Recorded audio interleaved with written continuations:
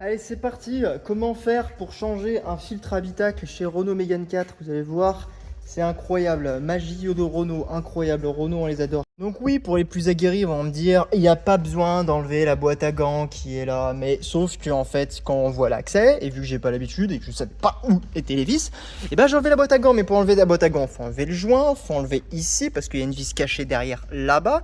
Il y a des vis là, là, là. Ça, c'est tout ça pour la boîte à gants, hein. Il y a des vis là qui sont cachées derrière un cache comme ça, tout simplement. Et pour enlever ce cache, parce que si tu tires dessus, c'est pas drôle. Il faut faire levier pour enlever tout le putain de truc au milieu, là, le cache. Il faut faire péter les deux ailettes sur les côtés, voilà, avec des petits trucs en levier comme ça, tout beau, tout bibiche, tout joli. Donc ça, au moins comme ça, on n'abîme pas la carrosserie, hein. Voilà, c'est nickel. Et après, on tire comme un bœuf là-dessus pour pouvoir sortir cette espèce d'ailette là en direction de l'arrière, bien sûr, parce que autrement, pourquoi pas faire un truc simple hein, quand on peut faire compliqué chez Renault. Et une fois qu'on a ça, on peut enlever la petite vis qui est là dans la boîte à gants hein, pour pouvoir retirer après le faisceau qui connecte la petite lumière à l'intérieur. Et une fois qu'on a fait ça, on se dit bah, c'est super, on a une barre ici, on va pouvoir l'enlever pour avoir un bel accès parce que bien entendu le filtre il est là-bas au fond, là cette merde qu'on voit.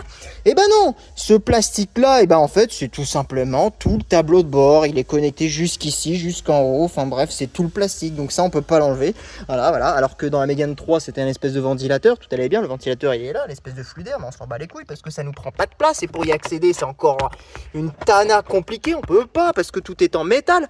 Et regardez-moi derrière, qu'est-ce qu'on va faire pour enlever un filtre habitacle? Et ben ça je vous garantis, hein, elle est de 2017 cette bagnole, je vous garantis qu'elle a jamais été démontée hein.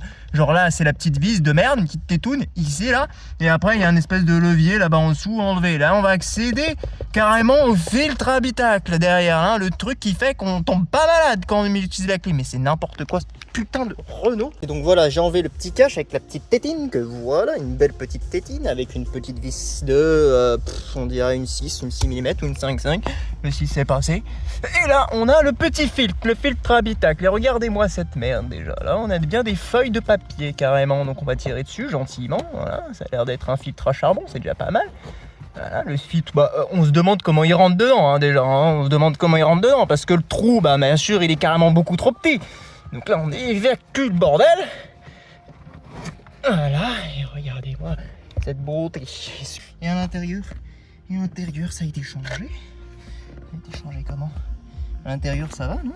Ça va. C'est pas trop dégueulasse, ça va. Ouh, jolie surprise quand même. Jolie petite surprise. Peut-être pour ça que j'ai des problèmes de flux d'air dans la clim. Ah, c'est pas mal ça. On dirait que le filtre ne faisait pas efficace. Le filtre n'était pas très bien en place. Waouh. Et ouais, hein, il y a des cadavres là-dedans. Wouh. Le filtre est en plutôt bon état, hein. Il a été quand même changé. Regardez mon souffle. Il a quand même été changé. Il y a un petit peu de pollen et on est sur un filtre à charbon, donc anti-odeur. Mais bon, ça va. Il est pas non plus de 2017, mais il est pas tout jaune quand même. Il y a quelques, peut-être 1 ou 2 ans, peut-être 1 an, même pas. Allez, pour pouvoir nettoyer, j'ai trouvé une petite technique. Vraiment, j'ai balancé le balai à chiottes là-dedans. Là. Voilà. Et je nettoie comme ça, doucement, hein, on va pas tout les casser, hein, mais l'idée c'est de faire ça. On va voir le résultat.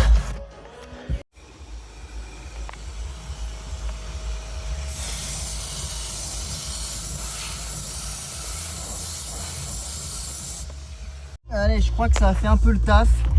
Je l'ai fait plusieurs fois avec la soufflette, etc., etc.